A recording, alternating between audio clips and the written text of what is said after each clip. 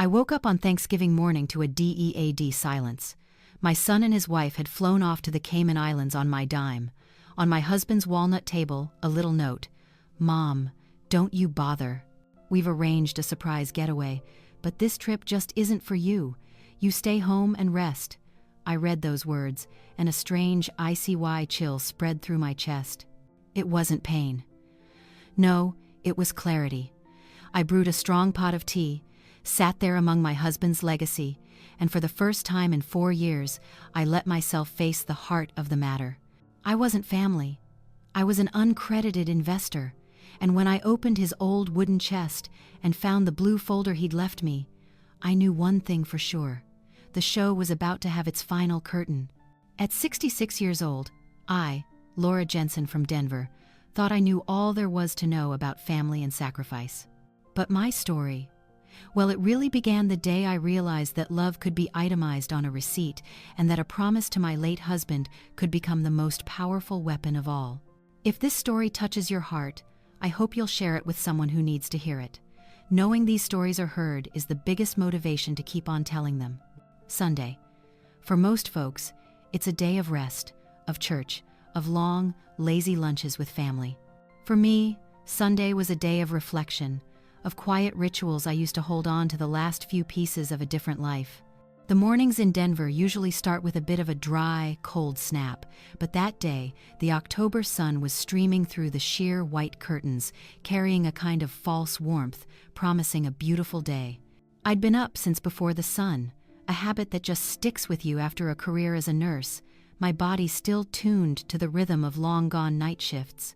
I sat there in the enormous living room, nursing a cup of chamomile tea, the steam warming my face. This house, tucked away in a high-end Denver suburb, was a monument to success. At least, that's what my daughter-in-law Jessica wanted everyone to believe. The walls were a neutral dove gray. The minimalist cream leather sofa was one I never found truly comfortable, and a flat-screen TV so large it was almost comical hung on the opposite wall. Everything was clean, polished, and as soulless as a magazine cover. But scattered among all that cold modernity were my own little islands, the things Samuel had left behind. Today was the day I tended to them. My ritual started with the walnut dining table. I walked into the dining room, where the early light was dancing on the polished wood. I set down my tea and went to the kitchen for my kit, a special bottle of lemon oil Samuel had sworn by, and a soft white cloth that had yellowed to a nice ivory over the years. The smell of lemon and beeswax filled the air, a scent that felt more real to me than the expensive coffee Jessica usually brewed. I poured a little oil onto the cloth, feeling its coolness on my fingertips before I pressed it to the tabletop. I began to polish, in slow, steady circles, as if I were performing some sacred dance. Samuel, my late husband, used to say that every piece of wood tells a story. He believed that in those deep swirls and dark knots, you could find the history of a tree, its seasons of rain and sun, the winds that howled down from the Rockies.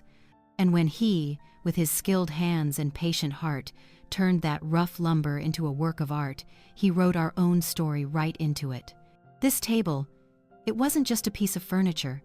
It was the heart of our 43-year marriage.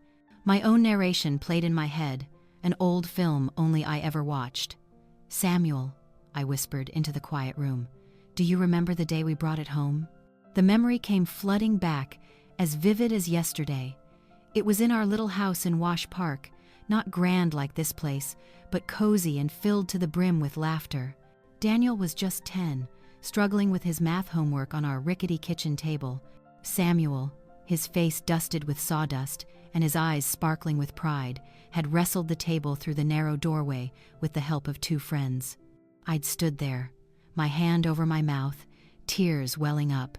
It was more beautiful than anything I'd ever seen. "Here," Samuel had said, his voice deep and full of love. "This is where our family will gather, Laura. Where Daniel will do his homework. Where we'll celebrate birthdays. Where our grandkids will sit one day and listen to stories. This is our foundation." And he was right. That table had seen Daniel through high school and then college. It had heard Daniel's fumbling words of love for Jessica when he first brought her home. It had held my elbows when I collapsed onto it, having just gotten the news that Samuel was gone, taken by a sudden heart attack. It had soaked up my tears on the long, lonely nights that followed. It was a part of my soul, a tangible piece of the love we had built together. But now, in this house, it just seemed out of place. It was no longer the center of the family, but an expensive decoration, a rustic accent piece in the living space Jessica carefully curated for her Instagram posts. It was a stage, and we were all just actors in the play of a perfect family she was directing. I sighed, my polishing slowing down. I could see my own faint reflection on the gleaming surface, a 66-year-old woman with short, silver hair, the lines around my eyes not just from age, but a roadmap of worries and joys gone by. I used to be a head nurse, managing a whole busy floor, making life or death decisions in a heartbeat. I used to be strong, decisive, but ever since Samuel passed, ever since I sold our house and moved in here 4 years ago, I felt like I was fading, becoming a ghost in my own life. The clicking sound of fake nails tapping on a phone screen pulled me from my thoughts. Jessica was up. She glided into the living room in a silk pajama set, the color of rosé, which probably cost more than Samuel's best suit. Her blonde hair was piled into a messy yet perfect bun, her face lightly made up as if she were always ready for a selfie. "Morning, Mom," she said, her voice still thick with sleep, but carrying a certain crisp control. She didn't look at me. Her eyes were glued to her phone. "Good morning, Jessica. Did you sleep well?" I asked, my voice soft. I had learned to make myself small, harmless. "It was all right," she yawned, stretching in a way that showed off the glittering smartwatch on her wrist. She sank into the cream leather sofa, pulling her legs up. "Oh my God, Tiffany's in Europe again. I can't believe it." I didn't reply. Tiffany was one of Jessica's perfect friends, an unseen competitor in the social media arms race of wealth. I kept at my work, moving the cloth along the edge of the table, feeling the smooth curves Samuel's hands had shaped. A moment later, Jessica looked up, her gaze sweeping across the room and landing on the old stereo system sitting on a bookshelf, also built by Samuel. It was a high-quality sound system from the 90s. Samuel had bought it for me for our 25th anniversary. The sound was still so warm and clear. "You know, Mom," Jessica began, her voice dangerously sweet, "I was thinking, this sound system is getting a little crackly. And besides, it doesn't really fit the aesthetic in here, does it?" I stopped polishing but didn't look up. I knew what was coming. This was how she operated. Never a command, always a suggestion, planting an idea in your head and making you feel like saying no was just selfish and old-fashioned. "My friend, Tiffany, she just got a new Sonos system," she went on, swiping on her phone to find something. "It's wireless, Mom, so clean. You can control it from your phone. The sound is amazing. I think it would really elevate our living room. Asterisk, elevate asterisk. I hated that word. It implied that everything we had now was beneath, not good enough. It implied that my memories, Samuel's gifts, were things to be replaced, to be updated. I finally looked up, meeting my daughter-in-law's eyes. "Oh, is that so?" I said, trying to keep my voice even. "This one still works just fine." Jessica pouted beautifully, a skill she had perfected. "It works, sure, but it's not time's modern asterisk. You know what I mean? Nobody uses big clunky speakers like this anymore. Besides, I was thinking of hosting a big Christmas party this year. I want everything to be perfect." I fell silent. I knew this debate was over before it even started. If I refused, I'd be the difficult old woman, clinging to the past, getting in the way of my children's happiness.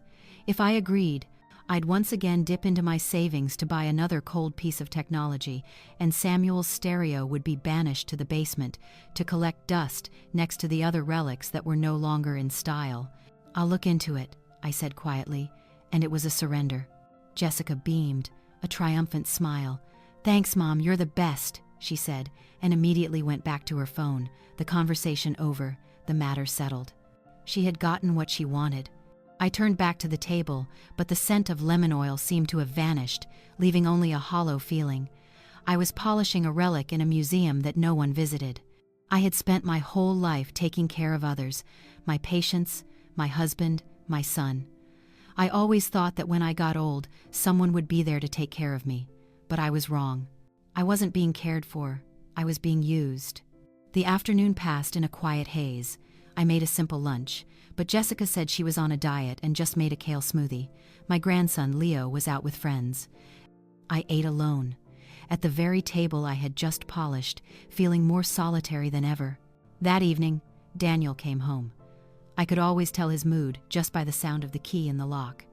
Today, the metallic scrape sounded tired and frustrated. The door opened, and Daniel walked in, loosening his designer tie. He looked so much like Samuel, with the same tall frame and dark hair, but there was a constant worry in Daniel's eyes that I'd never seen in his father's. "Hey, Mom," he said, his voice weary. He gave me a quick, practiced peck on the cheek. The smell of his expensive cologne couldn't quite cover the scent of stress. "Hello, dear. How was your day?" I asked, while I tidied up the kitchen. "The usual," he sighed, dropping his leather briefcase onto a chair. "Sales pressure. The boss is on my case. It's been a rough week." Jessica emerged from the living room, wrapping her arms around her husband's neck. "Honey, don't think about work. I found a fantastic new sound system. Mom said she'd look into it for us." Daniel looked at me, and a complicated expression flickered in his eyes. There was a bit of gratitude, a bit of shame, and a whole lot of exhaustion. "Oh, that's great. Thanks, Mom," he said, but his tone made it sound like another burden. After dinner, once Jessica and Leo had gone to their rooms, Daniel sat at the kitchen island, running a hand through his hair. He was scrolling on his phone, and I could see his banking app was open. "What is it now, dear?" I asked gently, placing a cup of ginger tea in front of him. He looked up, his face looking older than his 42 years. "It's nothing, Mom. Just some big credit card payments are due. Jessica just put a deposit down on a ski trip to Aspen for Christmas. She said all her friends are going." I looked into my son's eyes. I saw the ghost of the little boy who used to proudly show me the pennies he'd saved in his piggy bank. Where had that boy gone? He was now caught in a whirlwind of keeping up appearances, of maintaining a lifestyle he clearly couldn't afford. And I, with my blind love, had become the safety net that allowed him to keep falling. "How much?" I asked. Daniel hesitated, not looking at me. "About $5,000. Nearly 3 months of my pension, the money I had earmarked to fix the porch on the small mountain cabin Samuel had left me. I didn't say a word. I got up and went to my bedroom. It was much smaller than their master suite, tucked away at the end of the hall, almost like a guest room. I sat down at my old laptop and logged into my bank account. The numbers on the screen were the result of a lifetime of hard work and careful saving. I looked at the balance, and a bitter taste filled my mouth. I had become their quiet solution. An ATM that never ran dry, a maid who never asked for a paycheck. I told myself it was love. But love shouldn't feel like a one-way transaction. Love shouldn't make you feel invisible. With a heavy sigh, I made the transfer. $5,000 flew out of my account and into Daniel's. A small ping from his phone in the kitchen confirmed the transaction was complete. The problem was solved, at least until next time. I closed the laptop, the room sinking into shadows. Outside, the stars began to glitter in the Denver sky. I wondered what Samuel would think if he were here. Would he be angry? Disappointed? Or would he understand the heart of a mother who couldn't stop loving her only son, even when that love was slowly eroding her very self? I didn't have the answer. I only knew that night, as I lay in bed, listening to the distant sounds of the house, I felt something crack, not in the house, but in my soul. A tiny fracture, but a deep one, and I knew it was only a matter of time before everything shattered. This perfect house was built on a rotten foundation, and I was the one who had mixed the mortar, laid every brick, and now I could feel the tremors beneath my feet. Sunday was over, but the unease had only just begun. If there's one day of the year I believe memories have a physical weight, it's Thanksgiving. I can usually smell it before I even open my eyes. The rich, savory scent of roasting turkey mingling with herbs, the sweet aroma of pumpkin pie spiced with cinnamon and nutmeg, and even the faint, crisp smell of wood smoke from the neighbors' fireplaces. For 43 years, Thanksgiving was a symphony of familiar scents, a promise of togetherness and warmth. And yet, this morning, what woke me was not an aroma, but the complete absence of one. I opened my eyes in my quiet bedroom. An old nurse's internal clock had me up at 5 a.m. Sharp, no alarm needed. I lay still in bed, just listening. Normally, at this hour on Thanksgiving, the day would begin with soft sounds. The creak of the floorboards as Daniel came downstairs to brew the first pot of coffee, knowing I liked it extra hot and extra strong. The low murmur of the television in the living room, where my grandson, Leo, would be watching classic cartoons while waiting for the Macy's parade. Sometimes, I'd even hear Jessica's muffled voice, reminding Daniel not to make so much noise. But this morning, the only thing I could hear was the steady tick-tock of the wooden clock Samuel had made for me, sitting on my nightstand. Each second passed in a heavy, loaded silence, an emptiness so unusual it felt almost solid. It wasn't the peace of an early morning, it was the silence of a house left behind. A little knot of unease tightened in my chest. Asterisk. Maybe they're tired. Asterisk, I thought. Maybe that Aspen ski trip Jessica put a deposit on last week had worn Daniel out. I tried to soothe myself with logical explanations as my feet found my slippers. I pulled on my thick wool robe, the last Christmas gift Samuel ever gave me, and opened my door. The hallway was long and cold. The weak, late autumn moonlight filtered through the window at the far end, casting strange shadows on the floor. Every door was closed. I walked softly, my heart beating a little unevenly. Out of habit, I peeked into Leo's room. He often slept in the guest room when we were home, since his own room upstairs was quite far. I pushed the door open gently. Inside, darkness. The bed was perfectly made, the blankets and pillows squared away like in an unrented hotel room. There was no backpack tossed on the floor, no stack of comic books on the desk, none of the specific scent of a 12-year-old boy. The room was cold and lifeless. My unease started to curdle into a vague fear. "Leo?" I called out softly, my voice getting lost in the stillness. No answer. "Daniel? Jessica?" Still, only silence replied. Asterisk. Maybe he's sleeping with his parents. Asterisk. Yes, he still did that sometimes after a scary movie. I told myself this as my hand found the sturdy oak banister, one of the few original parts of the house Jessica hadn't figured out how to modernize yet. I went down one step at a time. The staircase seemed longer than usual today. Every footstep echoed unnervingly in the empty house. I kept expecting to hear a sound from downstairs, a cough, the rustle of a newspaper, the whir of the coffee machine starting up, but there was nothing. Absolutely nothing. When my feet touched the cool marble floor of the first story, I paused. My eyes needed a second to adjust to the dim morning light. The living room came into view, unnervingly tidy. The throw pillows on the sofa were arranged in a straight line. The remote control sat squarely on the coffee table. Not a single sign that anyone had been here. My heart began to beat faster. I walked straight into the kitchen, which was always the hub of family activity in the morning. And that's when my vague fear solidified into a cold, hard fact.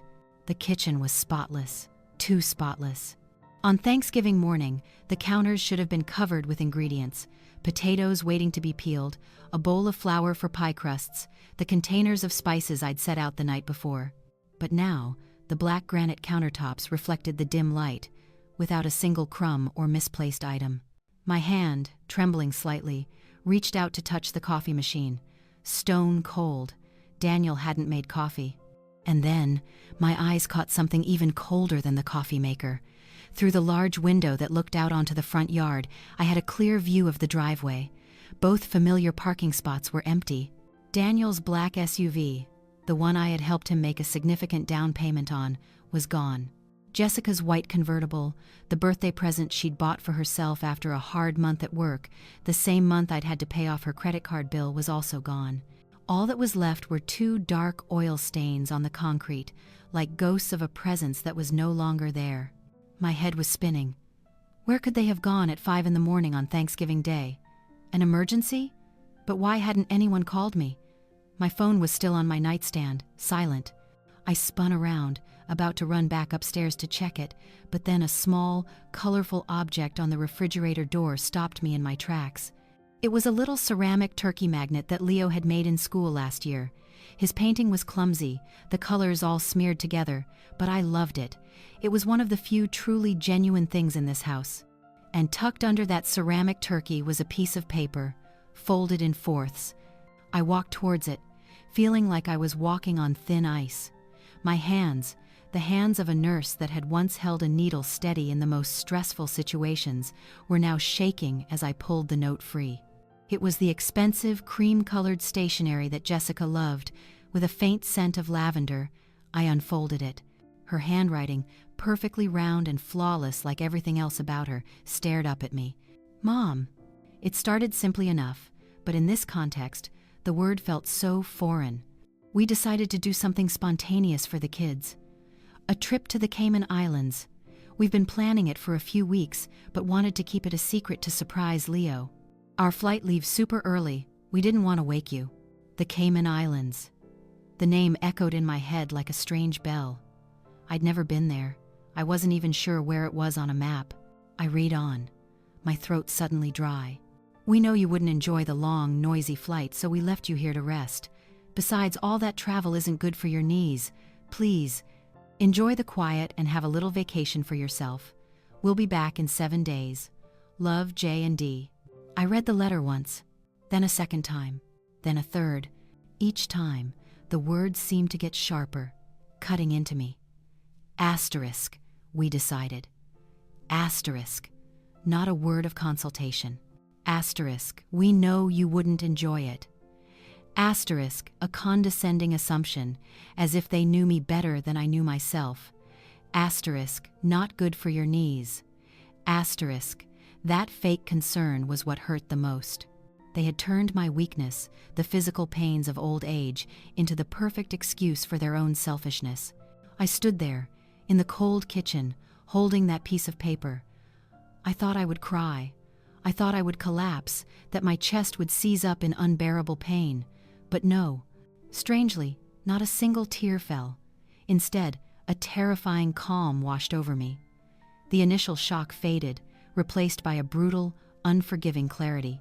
It was as if a thick fog that had clouded my mind for the past 4 years had just been burned away. Everything suddenly became crystal clear.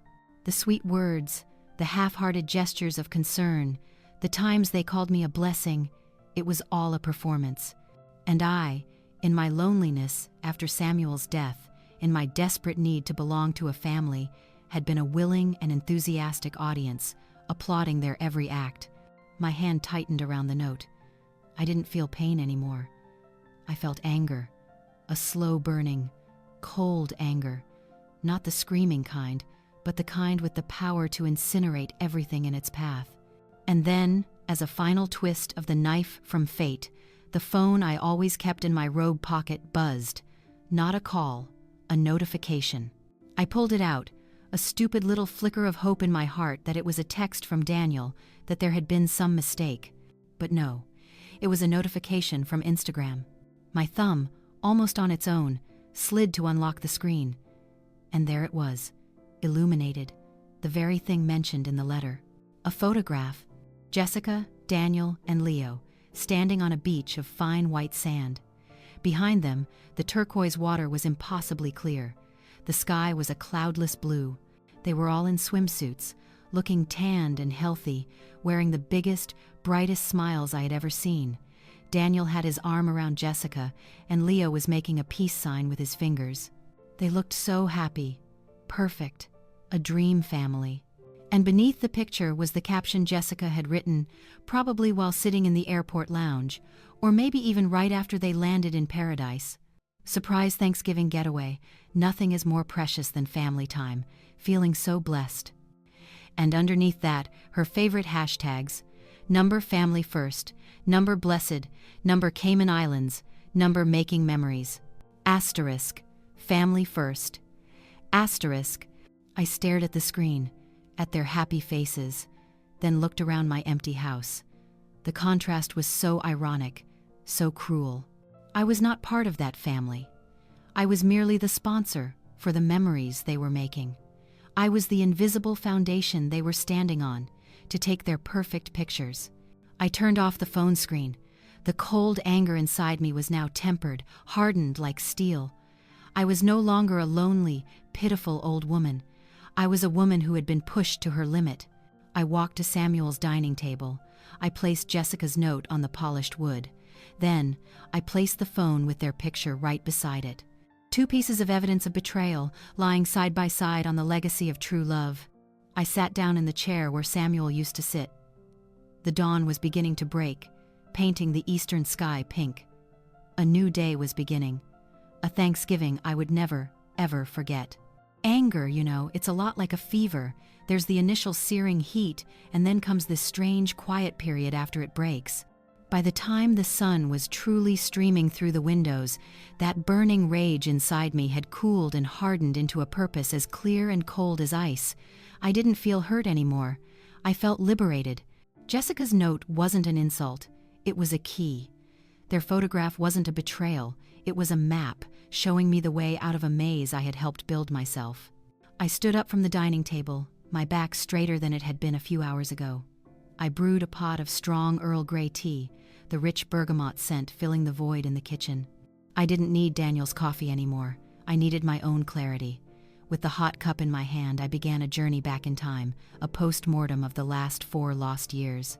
I sat down in the leather armchair in the living room, one of the few pieces I'd brought from the old house, because it was Samuel's favorite.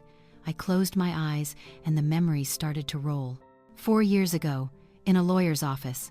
The room was stuffy, smelling of old paper and formality. I was sitting across from a man in a suit, with Daniel and Jessica beside me.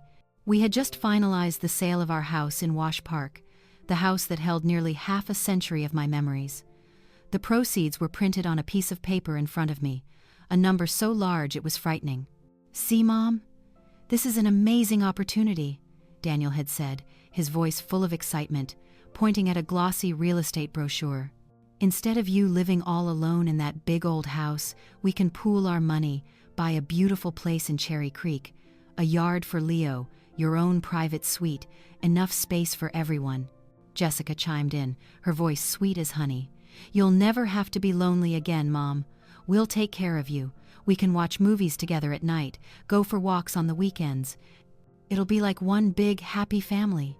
I looked at them, my heart, already broken from Samuel's passing, desperate for healing, desperate to be needed. The image of a bustling family, my grandson's laughter, the feeling of safety. It was all too tempting. I didn't see what was behind their words. I didn't see the calculation in Daniel's eyes as he glanced at my bank statement, or the hunger in Jessica's as she flipped to the page with the modern kitchen. I only saw a promise that my loneliness would end, and just like that, I signed a check for $85,000. That check, with my signature, became the foundation stone for our house, the very house I was now sitting in, all alone. I opened my eyes, staring at the opposite wall. That check wasn't an investment in family. It was an admission ticket, and I had paid far too much. I took a sip of tea. The bitterness stung my tongue. I continued my journey. A series of images flickered through my mind like a silent movie. There I am at the appliance store, Jessica pointing at a stainless steel French door refrigerator. "This one has an ice and water dispenser in the door, Mom. It's so convenient. Our old one is so dated." I swiped my credit card, the machine chirping decisively. Then the scene shifts to Denver International Airport. Daniel, Jessica, and Leo are waving at me from the security gate, on their way to Disney World. "You stay home and take care of yourself, Mom. We'll bring you back a souvenir," Daniel had called out. I knew the entire trip was paid for by an account named Laura Jensen. The memory of Jessica's birthday, her opening a bright orange box containing a Hermes handbag. "Oh, Mom, you shouldn't have." She'd squealed, but her eyes were lit up like a Christmas tree. She gave me a quick, flimsy hug. I knew Daniel couldn't afford that gift. He'd come to me a week before, talking about how he wanted to make it really special for her. Then there's me, sitting alone in the back row at a parent-teacher conference at Leo's private school, because both Daniel and Jessica had last-minute work emergencies. Afterwards, I went to the bursar's office and quietly paid the remaining tuition for the semester, a sum that could have paid for a trip around Europe for myself. I shivered, and not from the cold. It was like that old story about the frog in a pot of slowly heating water. I'd gotten so used to the rising temperature that I never realized I was being boiled alive. Every card swipe, every bank transfer, I told myself it was for the family, for the happiness of my son and grandson. But the truth was, I was buying their love. Or more accurately, I was renting their presence. And now, the lease was up. And then, the most painful memory, the one I had tried to bury the deepest, floated to the surface. About 6 months ago, on a spring evening, I had a slight cold and had gone to bed early. My door wasn't quite shut, just pulled to. I was drifting off when I heard Jessica on the phone in the hallway. She thought I was fast asleep. "Oh my God, I'm telling you," she whispered, but it was loud enough. Living with a mother-in-law is its own special kind of hell. She's always hovering, rearranging things the way she likes them. It's suffocating. A pause, then she continued, and her next words were a knife straight to my heart. "Ask her to move out? Are you crazy? Daniel would never go for it. And besides, let's be honest, if it weren't for her money, we'd have been broke long ago. Leo's tuition, the car payments, my Amex bill, it's all thanks to her. Asterisk. Her money, asterisk. Not thanks to Mom's help, not thanks to Mom's love. Just asterisk her money, asterisk. I was valued by the balance in my bank account. I lay there in bed, my eyes wide open in the dark, a chill spreading through me. I had heard the truth, raw and ugly, but I did nothing. The next morning, I still got up, made coffee for Daniel, fixed breakfast for Leo, and smiled at Jessica as if nothing had happened.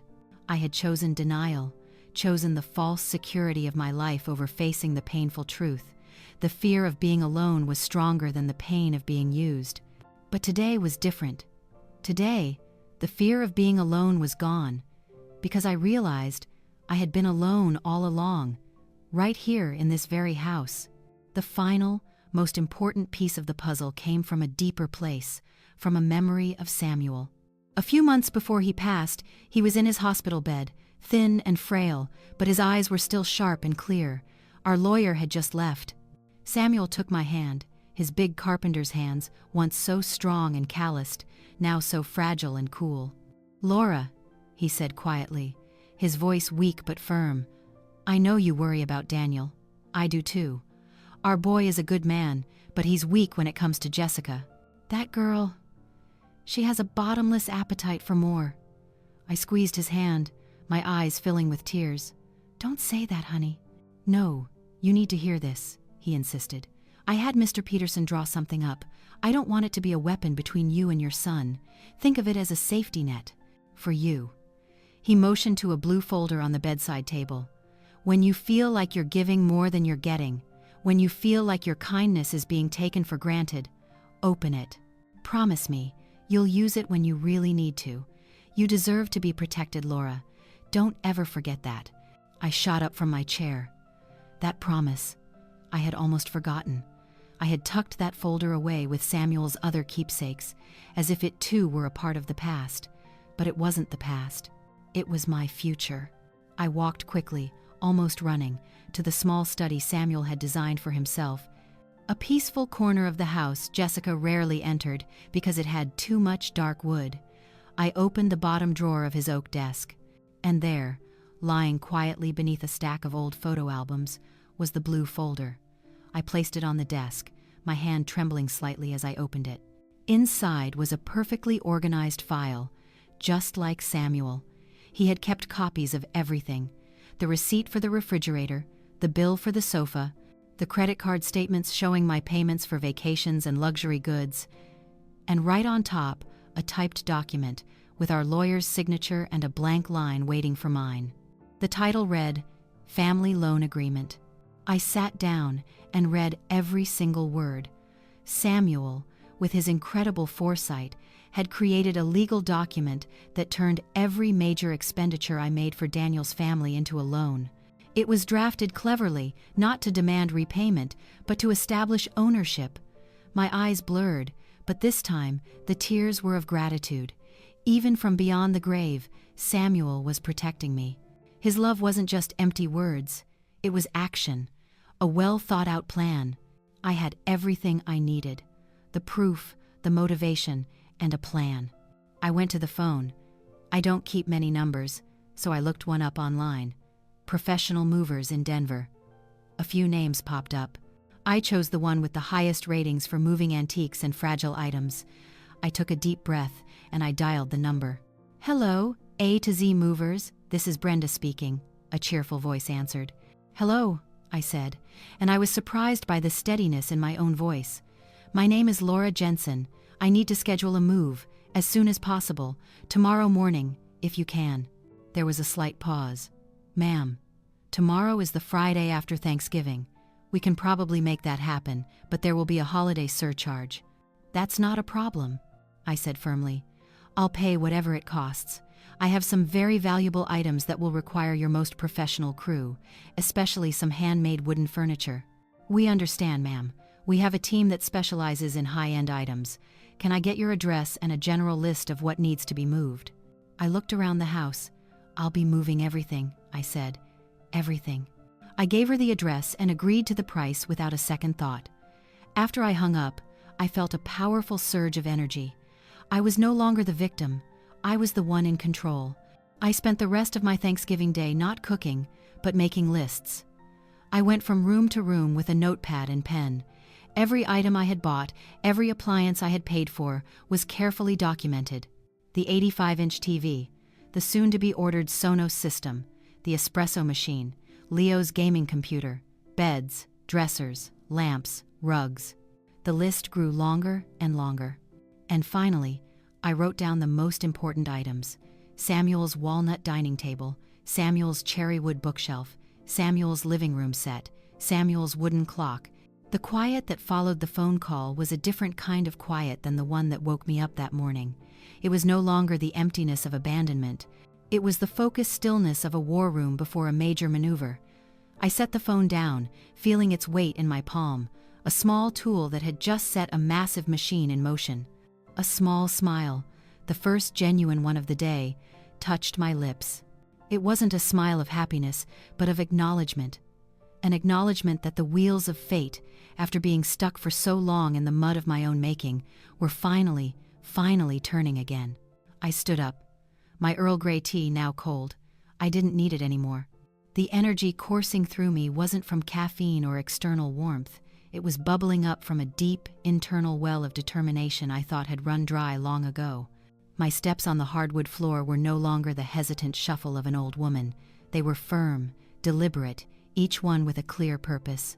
I didn't go back to the living room with its cold cream sofa and Jessica's lifeless decorative pillows. That space belonged to a play I was no longer performing in. Instead, I walked straight down the hall to a door that others in the house rarely noticed. It was Samuel's study. Even after 4 years, the room still held his spirit. Jessica had suggested renovating it into a yoga room or a game room for Leo more times than I could count, but it was one of the few boundaries I had quietly held. I'd told her I needed the space for my old books, a white lie to protect my last sanctuary. The moment I pushed open the heavy oak door, a familiar scent wrapped around me, a mix of pine wood, linseed oil, old leather, and paper. It was the smell of Samuel. It was the smell of home. The room wasn't large, but everything had its place. The walls were paneled in a warm, dark cherry wood. One wall was covered by a floor-to-ceiling bookshelf he'd built himself, filled with books on architecture, history, and the hardcover mystery novels we both loved. On the other wall, his woodworking tools hung with reverence on a pegboard: chisels sharpened to a mirror finish, handsaws with worn wooden handles, gleaming metal calipers. They weren't decorations. They were the silent, ready instruments of a craftsman. I walked over to the massive desk in the center of the room. It was Samuel's first masterpiece, made from a single oak tree he'd found at an old lumber yard. Its surface bore faint scratches and tiny ink stains, each mark a chapter in his life's story. I ran my fingers over the top, feeling its warmth and solidity. Here, among his legacy, I didn't feel lonely at all. I felt empowered. My destination was the bottom right-hand drawer. I knelt, my old knees cracking in protest, but I paid them no mind. I pulled the tarnished brass handle.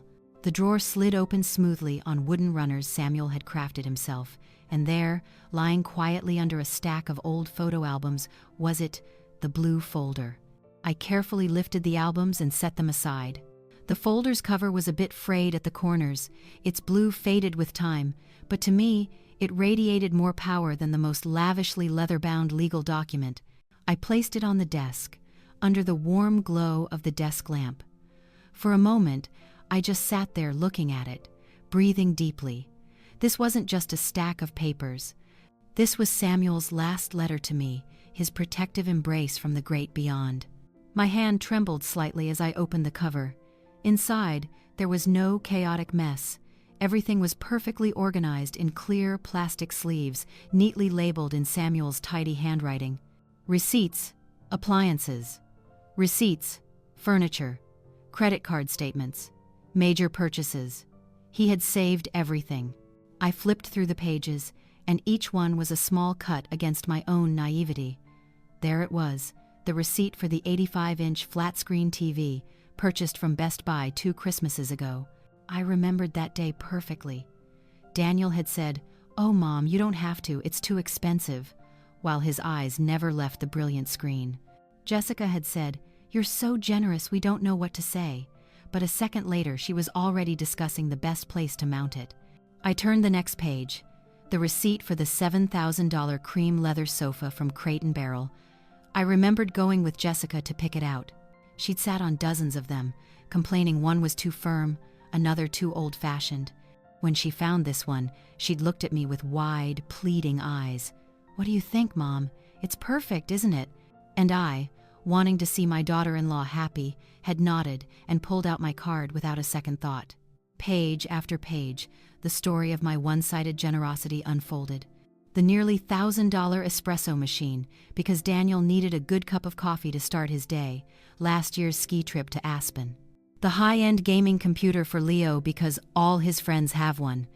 Every receipt had my name, my credit card number, my signature. They were undeniable proof of a truth I had willfully ignored. And then I reached the last page, the most important one. It was in its own separate, thicker sleeve. At the top, in a formal font, were the words that had now become my Declaration of Independence: Family Loan Agreement. I carefully slid the paper out. It wasn't a copy. It was the original, bearing the blue ink signature of Mr. Peterson, our old family lawyer. I read the words again, though I already knew them by heart. The language was dry and legal, but to me, it sounded as beautiful as poetry. This agreement is made between Mrs. Laura Jensen, the lender, and Mr. Daniel Jensen, the borrower. Any and all monies or monetary value of goods and services provided by the lender to the borrower and his family, which exceed a total of $2,000 in a single calendar year, shall be considered an interest-free loan. The lender retains the full right to demand repayment of the total loaned amount, in part or in full at any time, with a 30-day written notice. In the event of a dispute of ownership over assets purchased with the lender's funds, the purchase receipts bearing the lender's name shall serve as final proof of the lender's ownership. And at the bottom of the page was Daniel's signature. A sloppy, hurried scrawl, signed nearly 5 years ago when he needed a large sum for a business venture that had spectacularly failed. He had signed it without reading it closely, seeing it only as a tedious formality to get what he wanted. He had no idea he was signing a document that would reshape his future. I traced my finger over my son's signature, then to the empty space beside it, where mine was meant to go. Samuel had told me not to sign it until I absolutely had to. He knew that once I put my pen to that paper, our relationship would be changed forever. And now, that time had come. My eyes blurred with tears, but they weren't tears of weakness or sadness. They were tears of immense gratitude for the man who had loved me enough to see the future, to protect me even when he was no longer there. He had given me a shield, a sword, and a way out. I took a deep breath, wiping the tears away. It was time to act. I went back to the kitchen, where the old phone book still sat in a drawer. I never fully trusted storing everything in the cloud. I liked the solid feel of paper and ink. I flipped to M for movers, looking for A to Z, I had chosen them for a simple reason. They had a small ad in the yellow pages that said, specializing in pianos, antiques, and fine art. Anyone who could move a Steinway could handle Samuel's legacy. I dialed the number, holding the cordless phone to my ear. "Hello, A to Z movers. This is Brenda," came the cheerful professional voice. I cleared my throat, and when I spoke, I recognized my own voice. It was no longer the whispered tone of a woman used to making herself small. It was the voice of head nurse Laura Jensen, the woman who used to run an entire floor of dozens of staff members. Steady, clear, not a hint of hesitation. "Hello, Brenda. My name is Laura Jensen. I spoke with one of your colleagues this morning about arranging an urgent move for tomorrow." "Yes, Mrs. Jensen. I have your booking right here. A crew of 4 will be at your address at 8 a.m. sharp. Is there anything else I can help you with?" "Yes," I said. "I want to confirm a few things. I need your absolute best crew. I have several pieces of handmade wood furniture that are priceless to me. I need the utmost care." "You can rest assured," Brenda replied, her voice confident. "The crew chief tomorrow is Mike. He's been with us for 15 years, and he's our woodwork specialist. Your heirlooms will be in good hands. Asterisk, your heirlooms. Asterisk, I liked the sound of that. "Good," I said. "Second thing, I will have a detailed, itemized list of everything to be moved. I want your men to move only what is on that list. Nothing more, nothing less." "Not a problem at all, ma'am. We'll work directly from your instructions." "And finally," I said, taking a deep breath for the final decisive stroke, "the destination will be a storage unit. I'd like you to arrange for a climate-controlled unit, large enough for the contents of a 3-bedroom house. I'll provide the credit card information. Once everything is safely in storage, I'll decide my next move." This was a decision I'd made in that very moment. I hadn't found a new apartment. I didn't know where I was going. But I knew one thing for sure. I was not spending another night in that house after tomorrow. Moving everything to storage bought me time. It bought me the freedom to choose without pressure. Brenda was a little surprised, but she was a pro. "We can certainly arrange that, ma'am. We partner with several reputable storage facilities. I'll find one near your current address and send you the details for your approval." "Thank you, Brenda. You've been a great help." "It's our pleasure, Mrs. Jensen. We'll see you at 8 tomorrow morning." I hung up the phone, a feeling of accomplishment washing over me. The plan was set. The pieces were on the board. I spent the rest of my Thanksgiving not in loneliness and self-pity, but in a state of intense focus. I went from room to room with my notepad and pen, but this time, it wasn't just to record. I was taking inventory of my life. One column on the left, what belongs to me? One column on the right, what belongs to them? The left-hand list grew astonishingly long. The TV, the sofa, the refrigerator, the washer and dryer, the master bedroom set, the Dyson vacuum, the Le Creuset cookware, even the plush bath towels Jessica had picked out. And of course, everything in Samuel's study, and his masterpieces, scattered throughout the house. The right-hand list was pitifully short. Their clothes, Leo's toys, a few pieces of cheap decorative art Jessica had bought at Home Goods, the old bed from Daniel's college days that was in the guest room. Looking at the two lists, I couldn't help but wonder, without me, what would their perfect life even look like? Tomorrow, they would find out. As evening fell, I didn't turn on the lights. I sat in the darkness of the study, the blue folder before me. I took a pen from Samuel's pen cup, an old fountain pen with a wooden barrel. I unscrewed the cap, the nib gliding smoothly on a piece of scratch paper. The ink flowed, a steady, dark blue-black. Then I pulled the family loan agreement towards me. I took one last deep breath, and with a steady hand, I signed my name on the empty line. Asterisk, Laura Jensen asterisk. My signature, unchanged for 50 years, was strong and clear. That night, I slept a deep, dreamless sleep for the first time in years. I didn't toss and turn with vague anxieties or unnamed sadness. The clarity of decision had brought a strange kind of peace. When I woke at 5 a.m., before my familiar internal alarm, I wasn't tired. I felt energized, as if an invisible weight had been lifted from my shoulders. The Friday after Thanksgiving, Black Friday, a day of shopping chaos, of crowds fighting over discounted electronics. But in this house, it would be a different kind of day entirely. Not a day for bringing things in, but a day for taking them out. I took a hot shower and dressed in a simple but neat outfit. Gray wool trousers and a turtleneck sweater, the color of Samuel's blue eyes. I wore no makeup, just brushed my silver hair until it was tidy. When I looked in the mirror, I didn't see a pitiful old woman. I saw a woman who had found her backbone. Then, I went downstairs. Instead of walking through the silence, I turned on the old radio in Samuel's study, keeping the volume low, and tuned it to a classical station. The strains of Vivaldi filled the house, elegant and composed, the perfect soundtrack for what was about to unfold. I made myself a pot of tea, and for the first time, I cooked a proper breakfast just for myself. Scrambled eggs with some fresh chives from the little pot on the windowsill, a few slices of buttered toast, and a glass of fresh squeezed orange juice. I sat at Samuel's table and ate slowly, savoring every bite. This wasn't a meal of loneliness, it was a meal of independence. At 8 o'clock sharp, I heard the low rumble of a large truck, then the soft hiss of air brakes as it stopped in front of the house. I looked through the window. A massive, clean white truck with the A to Z Movers logo in a cheerful blue. The cab door opened, and 4 men in matching blue uniforms hopped out. They looked strong, professional, and ready to work. Before they could even ring the bell, I opened the door. "Good morning," I said, my voice calm and friendly. "You must be the crew from A to Z." The tallest of the men, with salt and pepper hair and a kind face, stepped forward. "Yes, ma'am. I'm Mike, the crew chief. This is David, Carlos, and Kevin.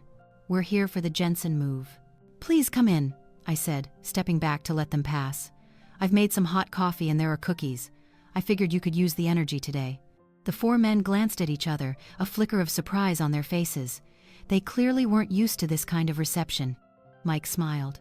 "Well, thank you, ma'am. That's very thoughtful of you." They came inside, carefully wiping their feet on the doormat.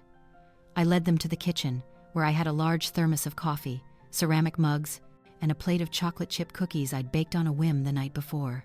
That act of baking, a caregiving habit so deeply ingrained in me, was now done not out of duty, but out of respect for the men who were about to help me execute my plan. While they enjoyed their coffee, I brought out a neatly clipped stack of papers. "Mike," I began, "this is the list of every single item to be moved. I've organized it by room to make it easier for you. Everything on this list goes.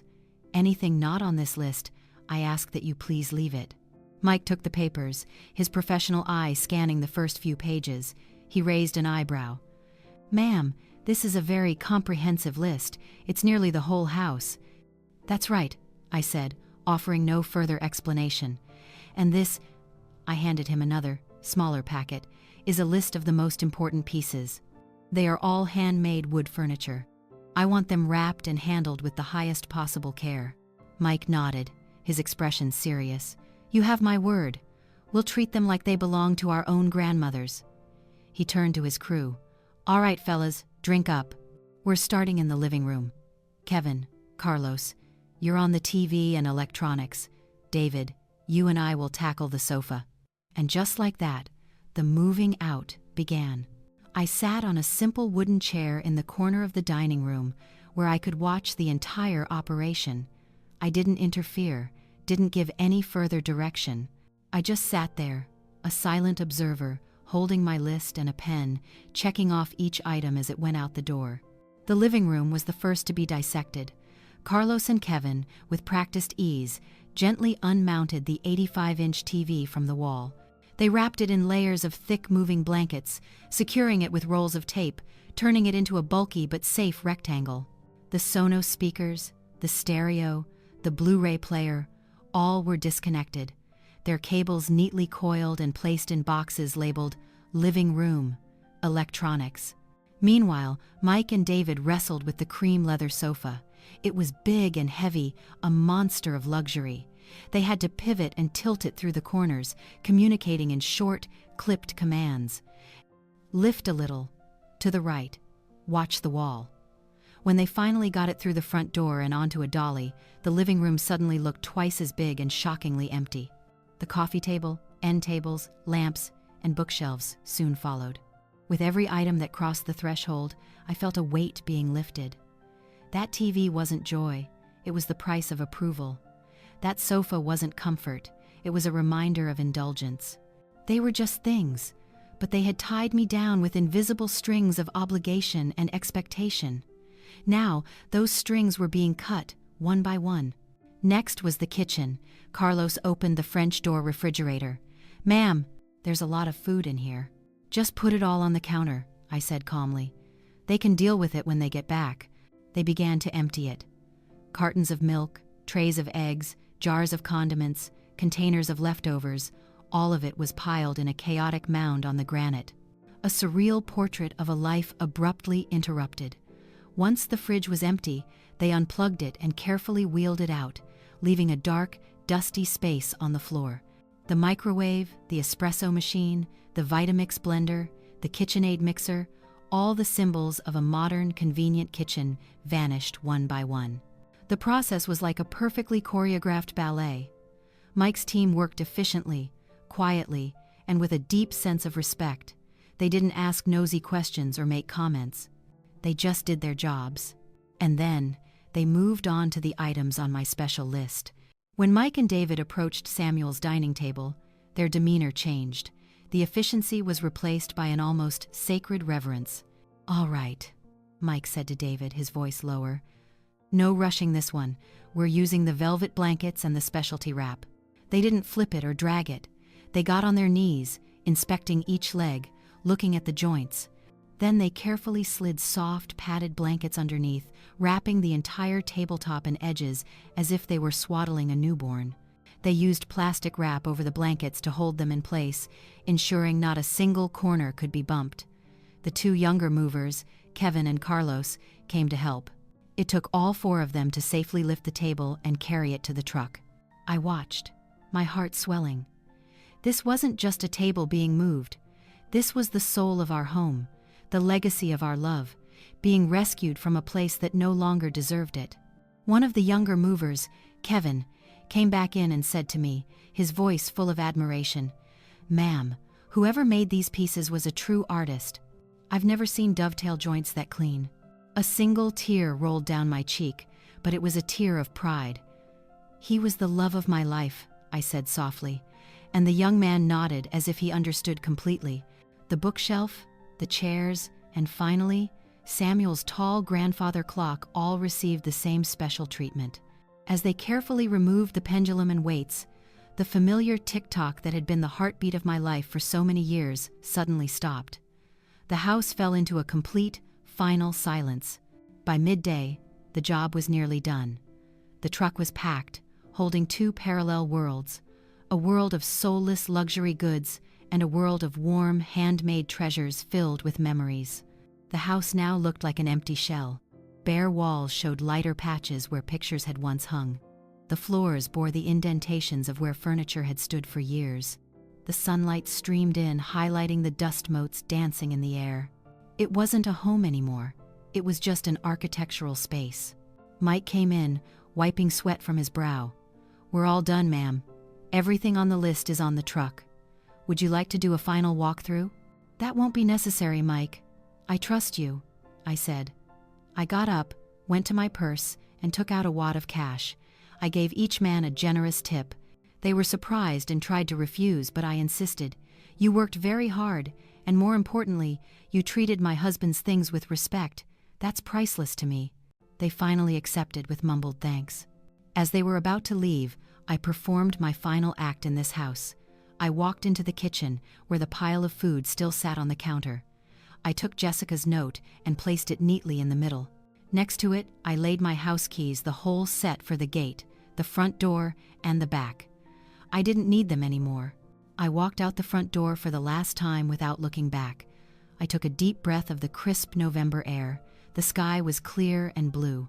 I got into my old, reliable car, the one Samuel and I had bought together 10 years ago. I started the engine, and it turned over with a familiar, trustworthy rumble. The A to Z Movers truck pulled away first, and I fell in line behind it. In my rearview mirror, I watched the house get smaller and smaller until it disappeared around a corner. I didn't feel sad. I didn't feel a sense of loss. I felt like a prisoner who had just been set free, driving toward the horizon, not knowing exactly where I was going, but knowing for certain that I was heading in the right direction.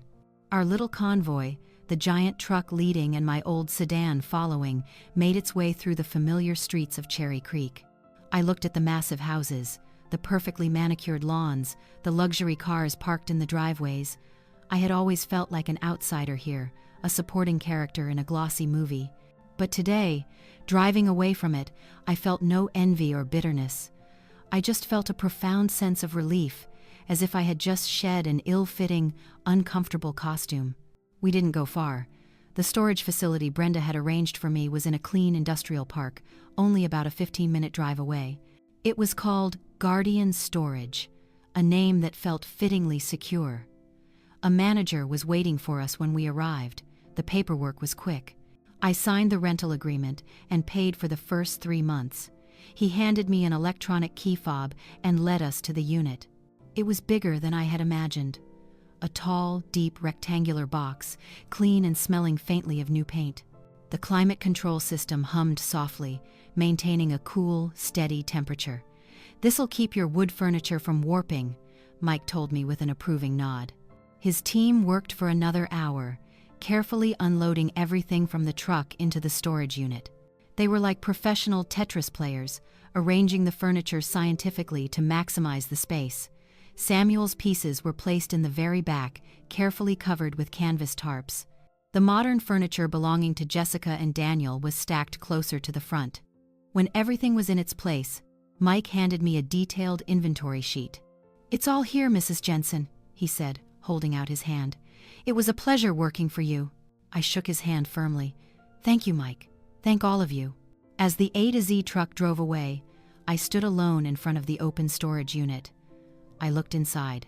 My entire material life for the past 4 years, and the legacy of the 43 years before that, all contained in a 10 by 30-foot space. It was strange to see it all together like that. Samuel's worn leather armchair sitting next to the sleek Peloton bike Jessica had bought but rarely used. It was like a silent conversation between 2 different worlds, 2 completely different sets of values. I pulled the heavy metal door down, its clatter echoing in the quiet lot. I pressed the lock. A beep confirmed everything was secure. Now what? I stood in the middle of the empty parking lot, holding my car keys and the storage unit fob. For the first time in over 60 years, I was completely untethered. No home to go back to, no dinner to cook, no one to take care of but myself. The feeling was both terrifying and unbelievably exhilarating. I could go anywhere. I could do anything, but I didn't want to go far. I wanted a sanctuary. Before leaving the house, I had made a few calls. I wasn't looking for a luxury apartment. I was looking for peace, and I thought I had found it. I drove south of Denver, to a part of town I hadn't visited in years. It wasn't glamorous or trendy. The streets were lined with old maple trees, charming little brick houses, and low-rise apartment buildings from the 72nds. It was the kind of neighborhood where people knew each other's names, where kids still played outside. I pulled up in front of a 3-story red brick building called Maple Creek Senior Living. The name sounded gentle. It wasn't a nursing home, but an independent living community for people over 55. I'd looked at their website. It was clean, safe, and most importantly, it was well within my budget without having to touch my main savings. I walked into the lobby. It was bright and welcoming, with comfortable armchairs and healthy green plants. A woman with neatly coiffed silver hair and a warm smile sat behind the reception desk. "Hello, dear. Can I help you?" she asked, her voice kind. "Hello, I'm Laura Jensen. I spoke with you on the phone yesterday about the 1-bedroom apartment." "Ah, Mrs. Jensen, so lovely to meet you. I'm Patricia, the manager." She stood up and offered her hand. "Please have a seat. You're just in time. I've just made a fresh pot of tea." We sat down, and Patricia poured me a cup of herbal tea. She wasn't pushy, wasn't trying to sell me anything. She just chatted. She asked about my day, about why I was looking to move. I didn't tell her the whole story, just that I was looking for a change, a quieter place. Patricia nodded with understanding. "A lot of our residents come here for that very reason," she said. "They've spent their lives taking care of other people, big houses, families. Now it's time for someone to take care of them a little. Here, we handle the repairs, the lawn, the snow. All you have to worry about is living and enjoying it." Her words were like a balm to my soul. Asterisk. Just worry about living and enjoying it. Asterisk. It was a foreign concept to me. After our tea, Patricia showed me the apartment. It was on the second floor, at the end of the hall, overlooking a quiet courtyard. When she opened the door, the afternoon sun streamed in, illuminating a clean, cozy space. It was small, certainly much smaller than what I was used to, but it didn't feel cramped. The living room was big enough for Samuel's armchair and a small sofa. The kitchen was compact but had brand new, full-sized appliances. The bedroom had a large window that looked out onto the tops of the maple trees, and the bathroom was sparkling. But the thing that made me fall in love with it instantly was a small balcony, just big enough for a chair and a few plants. I could already picture myself sitting out there in the mornings with a cup of tea, listening to the birds. "It's empty," I said softly, almost to myself. "Yes," Patricia said, "but I like to think of it as a blank canvas. You can paint whatever you want on it. A blank canvas." I hadn't realized how badly I needed that. I had been living among other people's choices and belongings for so long. The thought of starting fresh, with a space that was entirely my own, was thrilling. "I'll take it," I said, without a shred of hesitation. Patricia smiled. "I had a feeling you would." We went back to her office, and I filled out the paperwork. I wrote a check for the security deposit and the first month's rent. Patricia handed me a set of keys. They felt light as a feather in my palm. "Welcome to Maple Creek, Mrs. Jensen," she said. "Welcome home." Home asterisk. I hadn't felt that in a very, very long time. That night, I didn't stay in the new apartment. It was completely bare, and all I had were the clothes on my back. I got a room at a modest motel nearby. Before I checked in, I stopped at a Target. I wandered the aisles, feeling a little lost. I needed everything: a toothbrush, toothpaste, a pair of pajamas, a few simple outfits to get me through the next couple of days. As I stood in the checkout line with my basket full of basic necessities, I felt a strange sense of freedom. There was no one to consult, no one else to shop for. Every decision was mine. I chose the green t-shirt because times liked it, not because it matched someone's eyes. I bought the simple instant coffee because I didn't need a fancy espresso machine. They were small choices, but they carried the weight of autonomy. In that anonymous motel room that night, I slept in a strange bed. But as I drifted off, for the first time in 4 years, I felt like I was exactly where I was supposed to be. Not in a physical house, but in my own skin, in the life I was beginning to reclaim, one step, one decision at a time. The next morning, I woke up with a new sense of purpose. I didn't need to fill my apartment with furniture right away. I needed to fill it with life. I spent the weekend exploring my new neighborhood. I found a lovely little public library, a cozy coffee shop where they learned the regulars' names, and a park with quiet, tree-lined walking trails. On Sunday morning, I went back to the storage unit. I wasn't there to get the big items. I just needed a few things. I rolled up the heavy metal door, and the cool, still air greeted me. I navigated through the stacks of boxes and furniture to the very back, where Samuel's legacy rested. I carefully uncovered his bookshelf. I didn't take the shelf itself, just a few books.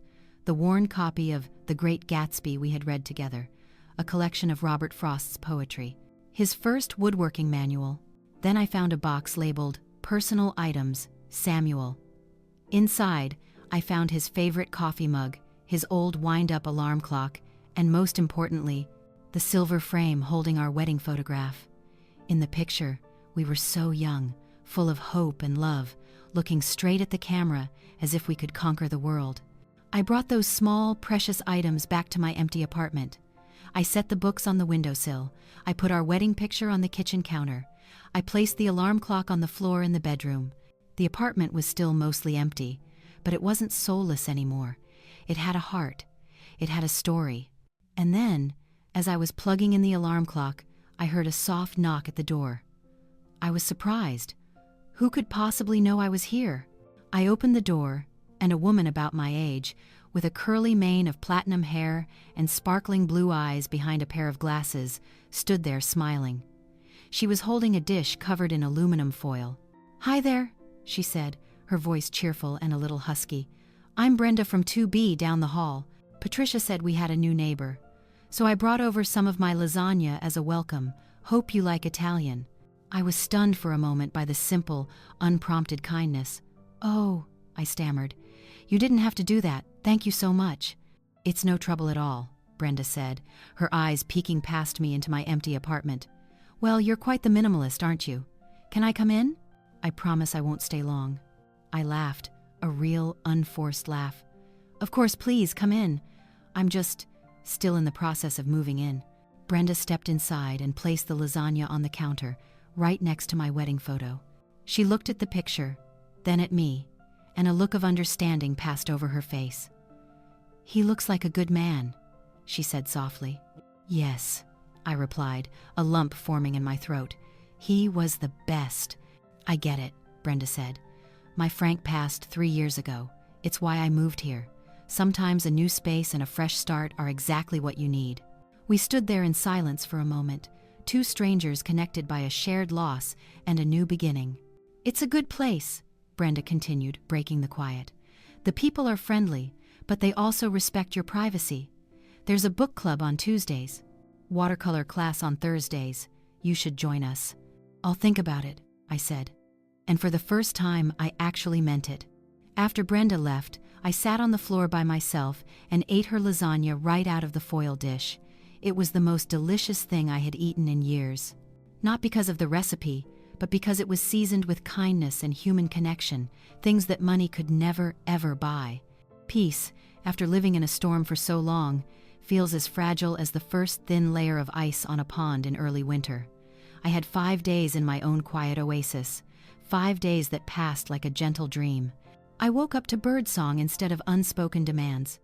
I took long walks in the park, feeling the crisp autumn air fill my lungs. I went to the library and checked out a stack of books, something I hadn't done in years. I saw Brenda twice more. We had tea, talking about the books we loved, about our grown children, about the aches and joys of a long life. For the first time since Samuel died, I had a friend, someone I could talk to as an equal, not as a mother or a provider. I went back to the storage unit one more time. This time, I went with a mover Brenda recommended, an older gentleman named Gus, who had hands as gentle as a pianist's. We carefully moved Samuel's armchair, his bookshelf, and his desk into my apartment. When those pieces were in place, the empty space was instantly transformed into a home.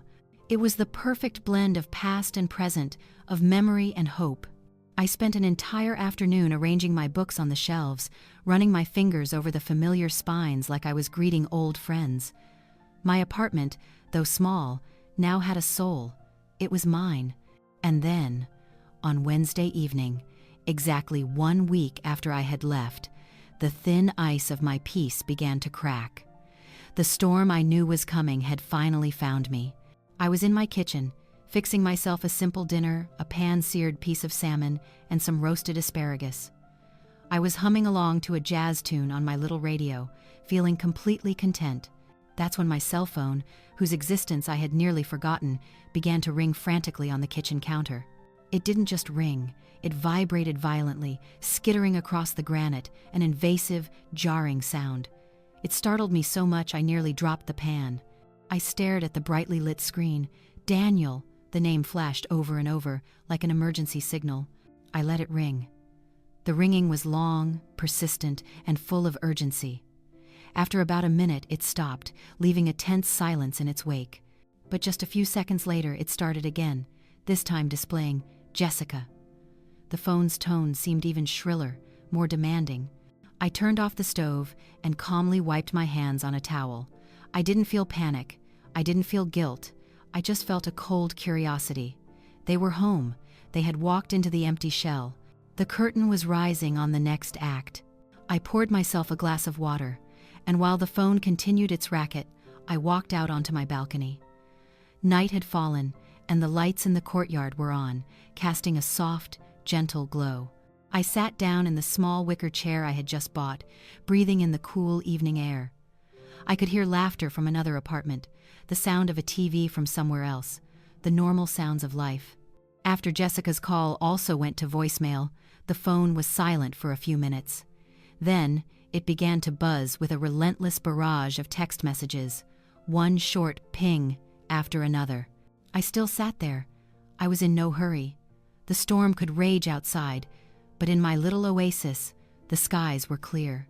After about 10 minutes, when the pings had slowed to a trickle, I went back inside and picked up the phone. The lock screen showed a staggering number: 18 missed calls, 12 from Daniel, 6 from Jessica, and 27 unread messages. I swiped the screen open, my heart beating in a steady, calm rhythm. I opened the messaging app. They appeared in chronological order, a real-time log of escalating panic. 3:47 p.m. Jessica, Mom, we just got home. Where are you? Why is the house so dark? Call me back immediately. 3:55 p.m.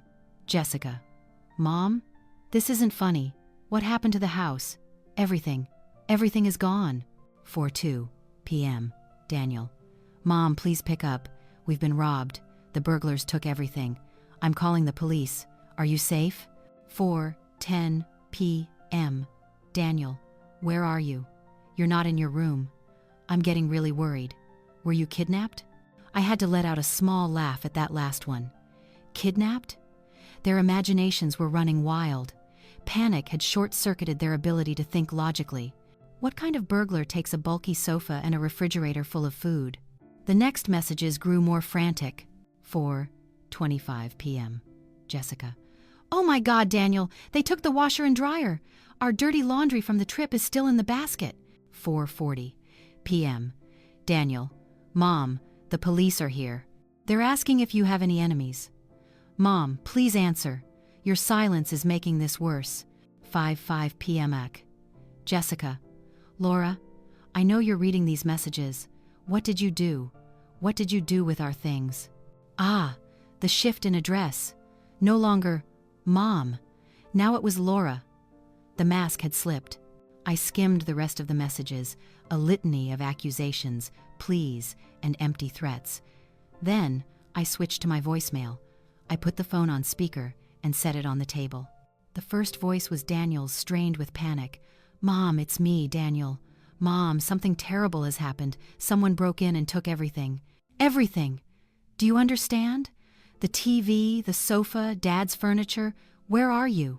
Please call me back as soon as you get this. I'm so worried about you.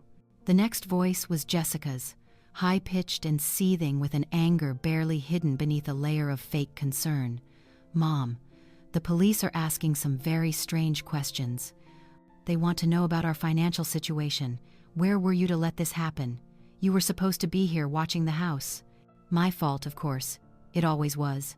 The subsequent voicemails were a chaotic jumble of emotions. Daniel's tone shifted from worried to confused and then to suspicious. Jessica, on the other hand, quickly dropped the pretense and got straight to the point. Laura, if this is some kind of sick joke, it is not funny, her voice hissed in one message. Where are you with our things? You have no right to do this. They are marital property. Asterisk, marital property asterisk. An interesting choice of words. I listened to all of it, not missing a word.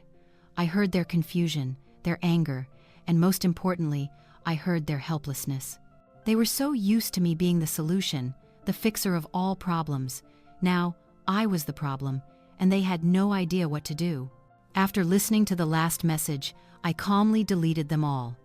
I didn't want their negativity staining my new space. Then, I remembered something. A tool I hadn't thought of, but which now seemed incredibly useful. 2 years ago, Daniel had installed a Ring video doorbell. He said it was for security, to keep an eye on packages. He had added me to the family account so I could check the camera when they were away. A small privilege, a token of superficial trust. He, in his supreme self-confidence, had never thought to revoke my access. I opened the Ring app on my phone. It still worked. I could see a live feed from the front door of the old house. Everything looked quiet. Then, I tapped on the history. I scrolled back in time, to around 3:30 in the afternoon. I found the motion-activated video of Daniel's car pulling in. I hit play. And then, I got to watch the play from a front row seat. The front door opens. Daniel, Jessica, and Leo step inside. They look tired from the flight but are still glowing from their vacation, laughing about something. Jessica is dragging a large suitcase, probably intending to just drop it in the living room before heading upstairs. I watched her face as she crossed the threshold into the living room. The smile froze. Her mouth fell open. The suitcase slipped from her hand and crashed to the floor with a hollow thud. Daniel came in behind her, his expression shifting from curiosity to confusion to complete and utter shock in the span of a few seconds. "What the hell?" His voice came through my phone's speaker, small but clear. "Where is everything?" Jessica walked like a sleepwalker into the cavernous, empty room, her hands flying to her face.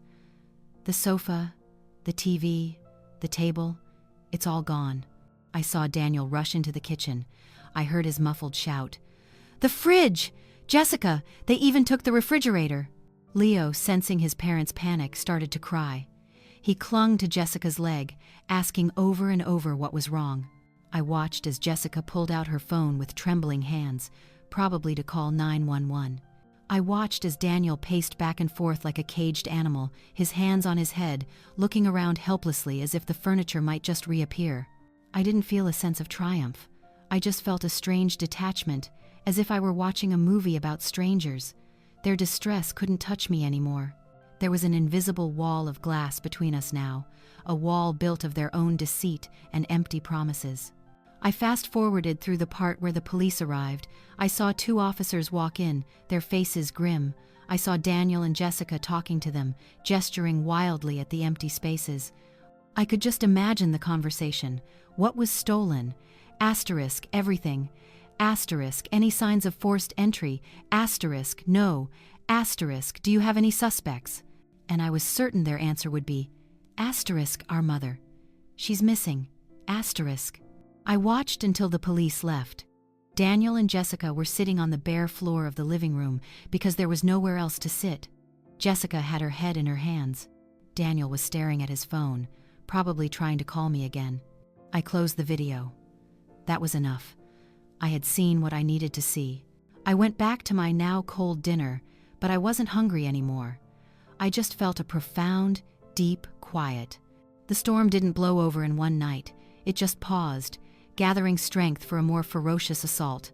I knew they wouldn't give up. My silence didn't quell their fury.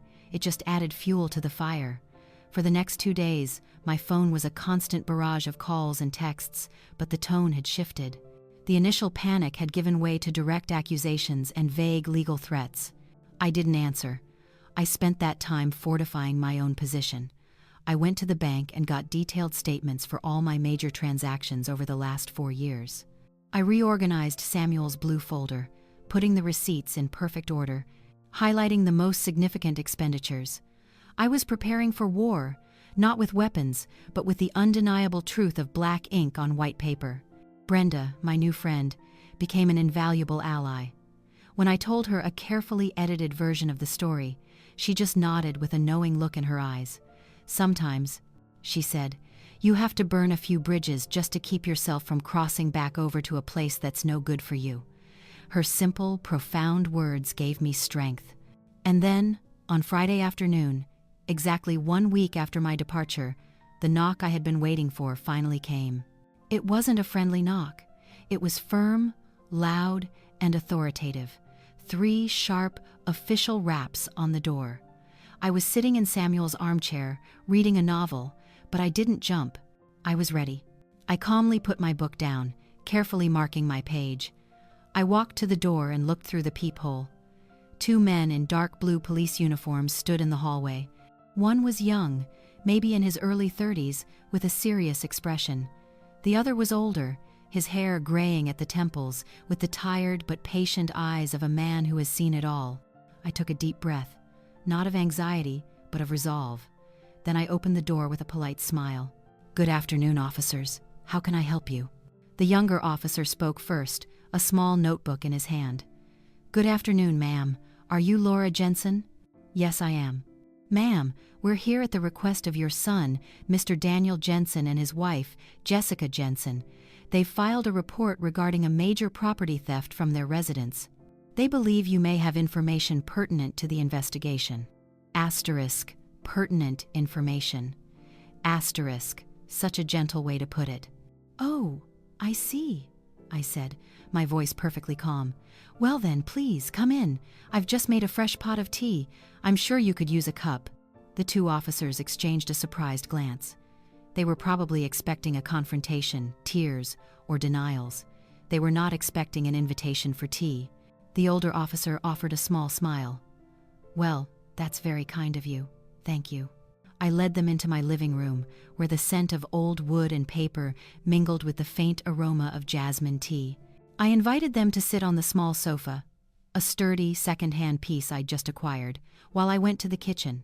My hands were perfectly steady as I poured 3 cups, placed them on a tray with a plate of ginger cookies Brenda had brought over that morning. When I returned, I saw them looking around my apartment. Their eyes took in the mostly bare walls, then lingered on the beautifully crafted wood furniture. I could see the curiosity in their expressions. This did not look like the home of a thief. I set the tray down on the coffee table, another one of Samuel's creations. "Please, help yourselves." I sat in Samuel's armchair opposite them, creating a space for a conversation, not an interrogation. The older officer, whose name tag identified him as Miller, took a sip of tea. "Mrs. Jensen, as my partner said, your son and daughter-in-law believe their home was burglarized. They state that everything from the television and furniture to the kitchen appliances is gone." I nodded slowly. "That is correct." The younger officer, Evans, stared at me. "You admit it?" "I don't admit to a theft, Officer Evans," I said, my tone gentle but firm. "I confirm that those items were moved, because they belong to me." Evans blinked, looking confused. Officer Miller remained impassive. "Could you explain that, ma'am?" "Of course," I said. "In fact, I prepared a few things to make this easier. Would you care to see the receipts?" This time, both officers looked genuinely surprised. "Receipts?" Evans repeated. "Yes," I said. I stood up, walked over to Samuel's desk, and retrieved the blue folder. It had a certain weight and authority as I carried it back and placed it on the coffee table in front of them. "It's all in here," I said. "I lived with my son's family for 4 years. During that time, I purchased quite a few items for the home. I'm in the habit of keeping all my receipts. My late husband taught me that." Officer Miller opened the folder. The skepticism on his face slowly melted away, replaced by intense focus. Evans leaned over to look as well. The room was silent except for the soft rustle of paper as Miller turned the pages. He read a few of the items aloud in a flat monotone. "Samsung French door refrigerator, model number such and such.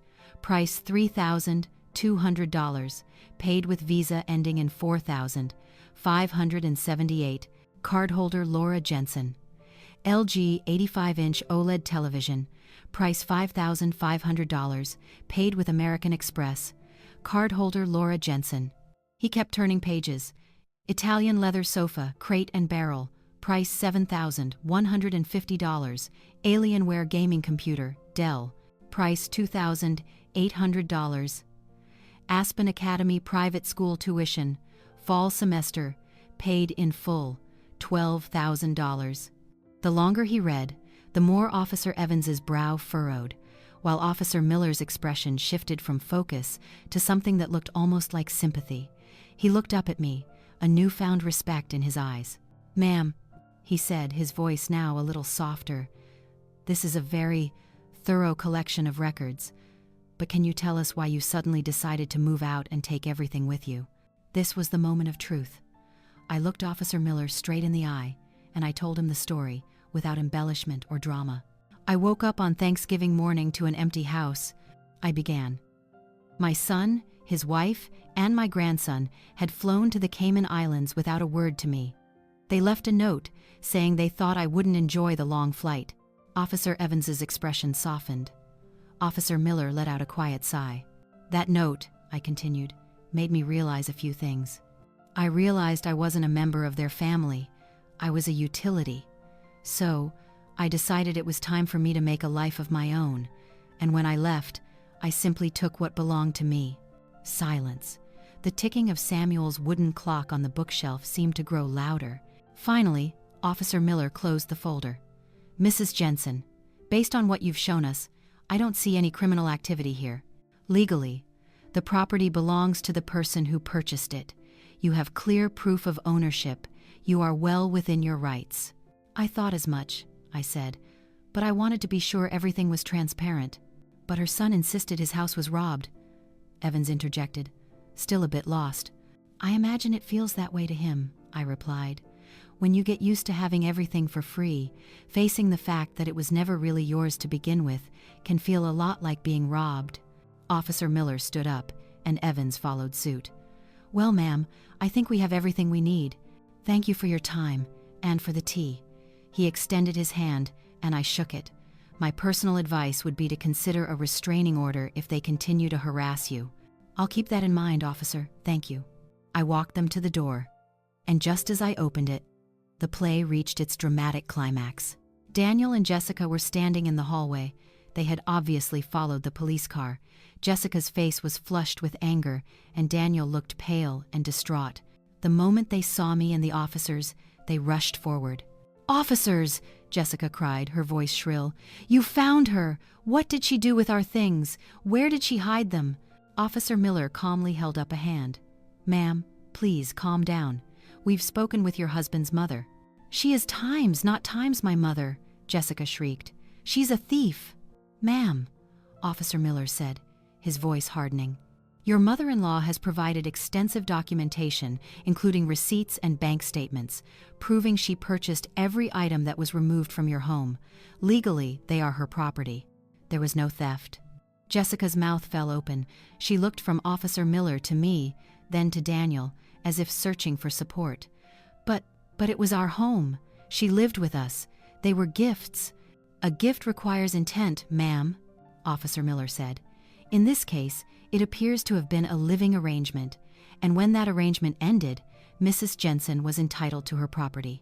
Daniel finally spoke, his voice trembling. It can't be. Dad's furniture. And this is when I delivered the final blow, not for the police, but for my son. Daniel, I said. My voice wasn't loud, but it echoed in the hallway. Are you talking about the family loan agreement you signed with your father? All the color drained from Daniel's face. He stared at me, his eyes wide with shock and disbelief. Jessica whipped her head around to face her husband. What agreement? What is she talking about, Daniel? It's an agreement, I explained for her benefit.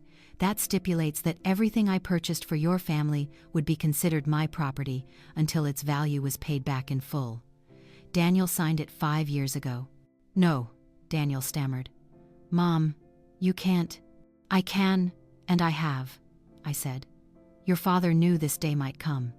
He left me with a way to protect myself. Jessica looked at her husband with a mixture of horror and disgust. Their entire fortress, built with my money and their lies, was crumbling around them. Officer Miller cleared his throat. As I said, this is a civil matter, not a criminal one.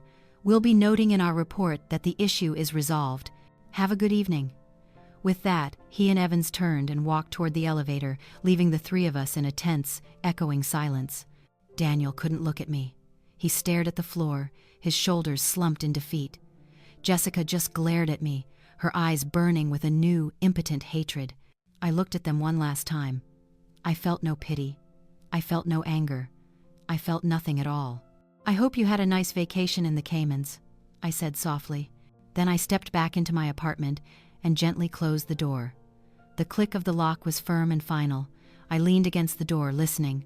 After a moment, I heard their hurried footsteps retreating down the hall. The door closing behind me didn't just separate me from the hallway. It drew a definitive line between my past and my future.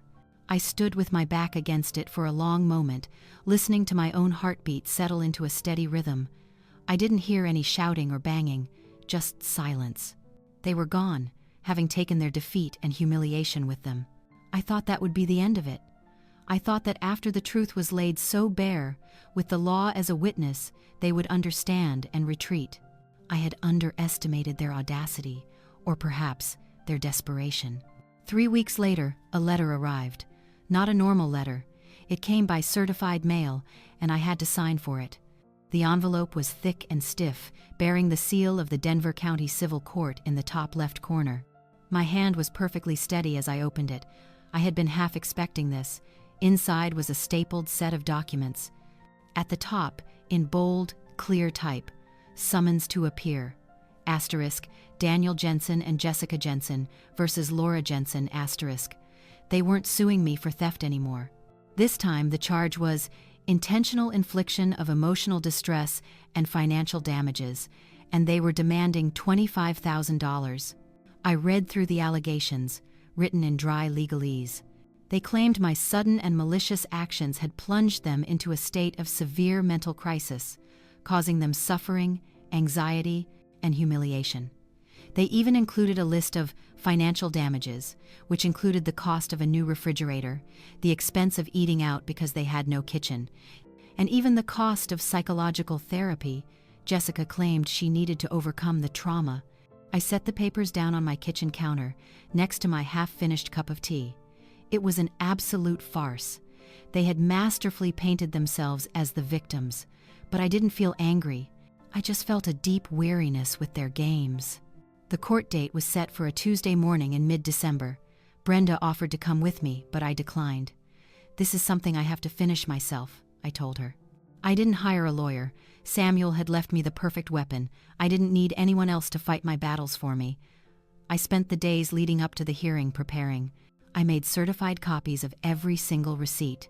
I created a detailed summary of all the major expenditures, organized by date, with a grand total at the bottom. The number, when I finally added it all up, stunned even me. It was far more than I had estimated. And most importantly, I placed the original family loan agreement in a clear, dignified plastic sleeve. It would be my trump card. On the morning of the hearing, the Denver sky was gray and cold, with the first few flurries of snow beginning to fall. I chose to wear a simple navy blue wool dress and the camel-colored coat Samuel had bought me on a trip to Chicago. I wanted to look like myself, a serious, ordinary woman, not a defendant or an aggressor. The courthouse was an imposing marble building, the air inside cool and formal. I found the correct courtroom and sat on a hard wooden bench in the back to wait. 10 minutes later, they arrived. Daniel and Jessica. They looked like they had stepped out of a legal drama on TV. Jessica was wearing an expensive black pantsuit, her hair in a severe bun, her face professionally made up to look both distressed and proud. Daniel was in an ill-fitting suit. He looked thin and pale, with dark circles under his eyes. He avoided my gaze. When our case was called, we moved to the front. The courtroom wasn't large. The judge was a woman about my age, with gray hair pulled back in a bun and tortoiseshell glasses. She had a stern but wise face. Her name was Judge Eleanor Vance. "Case number 734, Jensen versus Jensen," she said, her voice clear and decisive. "Plaintiff, you may begin." Jessica stood. She had a prepared speech. She spoke fluently, her voice trembling with practiced control, about how their lives had been upended, how their son's sense of stability had been threatened. She painted a picture of an elderly, volatile mother-in-law who had engaged in vindictive and toxic retaliation over a minor misunderstanding about a vacation. "We loved her and cared for her," Jessica concluded, dabbing at the corner of her eye with a handkerchief. "And this is how she repaid us. Her actions didn't just take our property, they shattered our family's trust and security." Judge Vance listened intently, her expression unreadable. After Jessica sat down, she turned to me. "Mrs. Jensen, the defendant, do you have a response?" I stood, my heart beating a little faster, but my voice was steady when I spoke. "Your Honor," I began, "I do not dispute that I moved those items, but I absolutely dispute the claim that they were their property." I walked forward and placed my blue folder on the clerk's desk, who then passed it up to the judge. "Your Honor, in that folder are copies of every receipt for the items in question. All of them were purchased with my funds, on my credit cards, and bear my name. Judge Vance put on her glasses and began to look through the documents. The silence in the courtroom was palpable. I could see Daniel staring at the floor, while Jessica sat with her arms crossed, her lips pressed into a thin line. After a few minutes, the judge looked up. "These documents appear to be in order, Mrs. Jensen, but the plaintiff's claim is that these were gifts to the family." "I understand, Your Honor," I said, "and that is why I would like to present one final piece of evidence." I gestured to the clerk, who handed me back the single page in the clear plastic sleeve. I placed it on the document projector, and its image appeared on the large screen behind me. "Your Honor," I said, my voice resonating, "this is a document entitled Family Loan Agreement. It was drafted by our family attorney and signed by my son, Mr. Daniel Jensen, on March 15th, 5 years ago." I could hear Jessica's sharp intake of breath. Daniel looked like he might actually faint. I continued, pointing to the sections on the screen. "This agreement clearly states that any expenditures I made for his family over a certain threshold would be considered a loan, and that the property purchased with those funds would remain in my ownership until the loan was repaid. As you can see, Mr. Jensen's signature is at the bottom of the page." Judge Vance stared at the screen, then looked over at Daniel. "Mr. Jensen, is that your signature?" Daniel couldn't speak. He just gave a weak, pathetic nod. "And did you understand what you were signing?" I don't really remember," he stammered. "You don't?" the judge asked, a note of disbelief in her voice. "Because it seems quite straightforward. It essentially says that your mother wasn't giving you gifts. She was loaning you money, and now, it seems, she is repossessing her collateral." She turned back to me. "Mrs. Jensen, do you have an estimate of the total of this loan?" "I do, Your Honor," I said. I took out my summary sheet and placed it on the projector.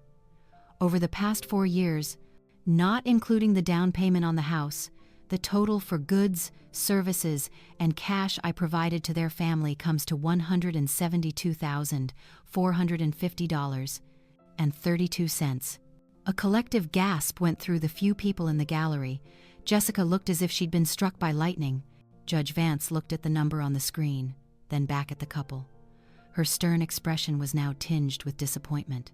"Mr. and Mrs. Jensen," she said, her voice icy, "you come into my courtroom demanding $25,000 for emotional distress when you are indebted to this woman for nearly 7 times that amount.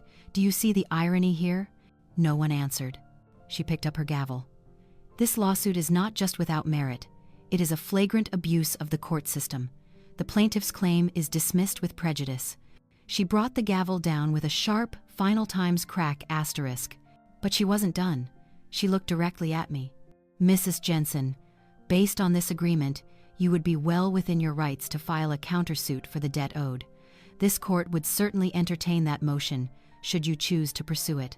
This was the defining moment. I could financially ruin them. I could force them to sell the house, potentially bankrupt them. Sweet revenge was right there for the taking. I looked at my son. For the first time during the entire hearing, he looked up at me. In his eyes, I didn't see anger anymore. I just saw emptiness, a complete and total defeat. He was my son. Whatever he had done, he was still my son. I turned back to the judge. "Thank you for the option, Your Honor," I said slowly and clearly. "But I will not be filing a suit. I don't want their money."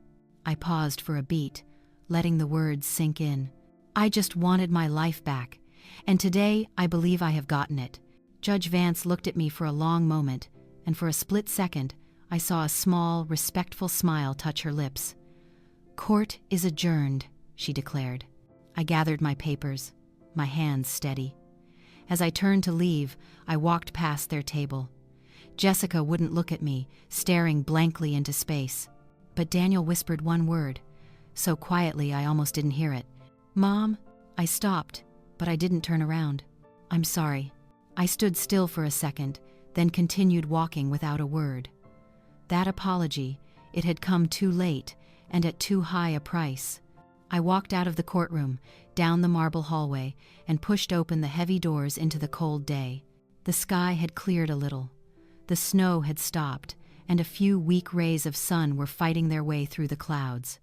I took a deep, clean breath of the cold air. It tasted like freedom. The victory in court didn't bring the kind of wild elation you see in the movies. There were no fists pumped in the air, no tears of joy. Instead, it brought a profound quiet, like the peace that settles over the land after a great storm has passed.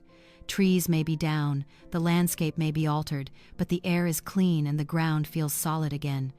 Daniel's belated apology echoed in my mind on the way home, but it was like a sound from a distant canyon, no longer having the power to hurt or sway me. I had crossed that bridge, and I had no intention of looking back. The months that followed passed gently, like pages turning in a quiet afternoon. The Denver winter settled in with all its snowy might, but inside my snug apartment at Maple Creek, it only made things cozier. I slowly brought my things back from storage. Not everything, only the things that truly mattered.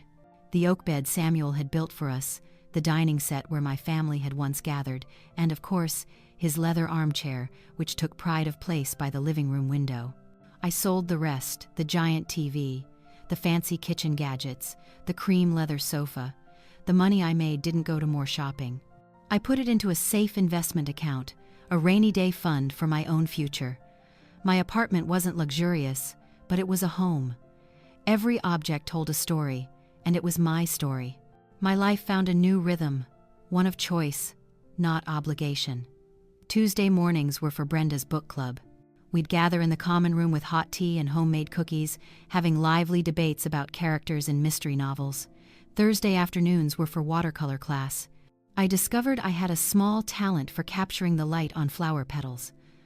My clumsy but colorful paintings started to adorn my white walls, turning the apartment into my own little gallery. I made friends. Not just Brenda, but Mr. Arthur, a retired history professor with a dry wit, and Mrs. Helen, a former opera singer with a booming laugh. We would go out for lunch together, or to the senior discount movie matinees. We shared stories of our children and grandchildren, of heartaches and joys. It was a friendship built on mutual respect and understanding, not on need or utility. I heard nothing from Daniel and Jessica, and I didn't seek it out. I sometimes wondered how they were doing. I heard through the grapevine of a distant relative that they had to sell the house in Cherry Creek. The debt they were carrying, combined with the loss of their infinite funding source, had been too much to sustain. They had moved to a more modest area, and Jessica had taken a second job. I felt no satisfaction in this news, just a quiet sadness for Daniel, for the boy who had so much promise but let himself be led by another's ambition. And then, a year passed. The maple leaves outside my window turned from green to brilliant gold, then a deep crimson, heralding another autumn. And with autumn came Thanksgiving. The thought of the holiday no longer brought a pang of pain or loneliness. It brought only peace. This year, there would be no empty house. This year, my home would be filled with laughter. I decided to host a small dinner. Not a grand affair, just a warm gathering. I invited Brenda, Arthur, and Helen. Brenda was in charge of her famous creamy mashed potatoes. Arthur promised to bring a fine bottle of red wine. Helen was on pumpkin pie duty. I, of course, would handle the main event, a roast turkey. On Thanksgiving morning, I woke up in my own apartment, not to silence, but to the wonderful aroma of coffee brewing in the small machine I'd bought. The morning sun slanted gently into the room, and in the distance, I could hear the faint sound of church bells. I spent the morning cooking. There was no pressure, no exhaustion. It was a joyful act of creation and love. I stuffed the turkey with bread, herbs, and apples, rubbing butter all over its skin to make it golden brown. I made cranberry sauce from fresh berries, the tart, sweet smell filling my kitchen. As I was setting the table, Samuel's table, dressed in a cream-colored tablecloth and decorated with dried maple leaves I'd collected from the park, the mail arrived. It wasn't a letter from the court. It was a simple, plain envelope in my mailbox with no return address. I recognized the scrawled handwriting on the front. It was from Leo, my grandson. My hands trembled just a little as I opened it. Inside was a handmade card. On the front, he had drawn a picture of two people, an old woman and a young boy, holding hands. Across the top, he had written, "To Grandma Laura." I opened the card. Inside, in the still awkward script of a 13-year-old boy, were a few short lines. "Grandma, I miss you. Mom and Dad said you don't want to see us anymore, but I still wanted to say, Happy Thanksgiving. I hope you aren't lonely." I saved my allowance and took the bus by myself to mail this. "I love you." The tears I had held back for a whole year finally came, but they weren't tears of pain. They were tears of pure, unadulterated love. Through all the bitterness and wreckage, one connection had survived. The seeds I had planted in that little boy's soul, the stories I'd told, the cookies I'd baked, they were still there. That afternoon, my friends arrived. My apartment filled with chatter, the clinking of glasses, and the delicious smells of our feast. We gathered around Samuel's table. Before we ate, Arthur suggested we each say something we were thankful for. Helen was thankful for her health and her new friends. Brenda was thankful because her daughter had just announced she was going to be a grandmother. Arthur, with his usual wit, said he was thankful for Brenda's mashed potatoes. When it was my turn, I looked around the table at the dear faces of the friends who had walked into my life. I thought of Leo's letter, tucked safely in my pocket. I began, my voice catching slightly, am thankful for new beginnings. I'm thankful for learning that a true home isn't built with walls or expensive furniture, but with love, respect, and kindness. And today, I feel like I am truly home. We raised our glasses. The meal was wonderful. We ate, we talked, we laughed. There was no tension, no unspoken expectations, just the genuine warmth of true friendship. After dinner, as we were enjoying Helen's pie, I got a phone call. It was an unknown number. I hesitated, then decided to answer, stepping out onto the balcony. "Hello? Mom?" The voice on the other end was hesitant and hoarse. It was Daniel. I was silent. "Mom," he continued, I know you probably don't want to talk to me, but Leo, he came home and told me about the letter. Did you get it?" "I got it," I said, my voice even. There was a long pause. I could hear him breathing on the other end. "I just wanted to say, Happy Thanksgiving, Mom, and I'm sorry for everything." It was the second time he had apologized, but this time it sounded different. It wasn't the whisper of a defeated man. It sounded like genuine remorse. I looked up at the starry night sky. I thought of Samuel and his advice. I thought of Leo and his unconditional love, and I knew what I had to do. "Thank you, Daniel," I said softly. "I wish you a peaceful Thanksgiving, too." I didn't say, "I forgive you." I didn't say, "Let's go back to how things were," because we couldn't. But I had opened a door, not to the past, but to the possibility of a future. A different future, where our relationship might be rebuilt, not on dependency, but on respect and healthy boundaries. I hung up the phone and felt a final, complete sense of release. I went back inside to my friends. Arthur was in the middle of a funny story, and the room was filled with laughter. I sat down and accepted a cup of coffee from Brenda. The final scene of my story wasn't in a courtroom, nor was it in solitude. It was here, in this little apartment, surrounded by warm light, laughter, and friendship. I looked at the wedding photo of Samuel and me on the bookshelf. We were so young and full of dreams. I smiled at him, a silent, knowing smile. Samuel always said that a good carpenter not only knows how to build new things, but also how to restore old ones, to find the hidden beauty within. It took me a long time to realize that the same is true for a life. Sometimes, you have to tear down the old structure, get rid of the rotten parts, so you can build something new, something strong, something that is truly your own. I found peace, not by winning a war, but by choosing not to fight anymore. And in that quiet, I found myself again. Not as someone's wife or someone's mother, but simply as Laura, and that was enough. Thank you for listening to the whole story. If you are connected with it, please like, share, and subscribe. Also, drop a comment below with your thoughts or your own story. Let's keep the empathy and sharing going.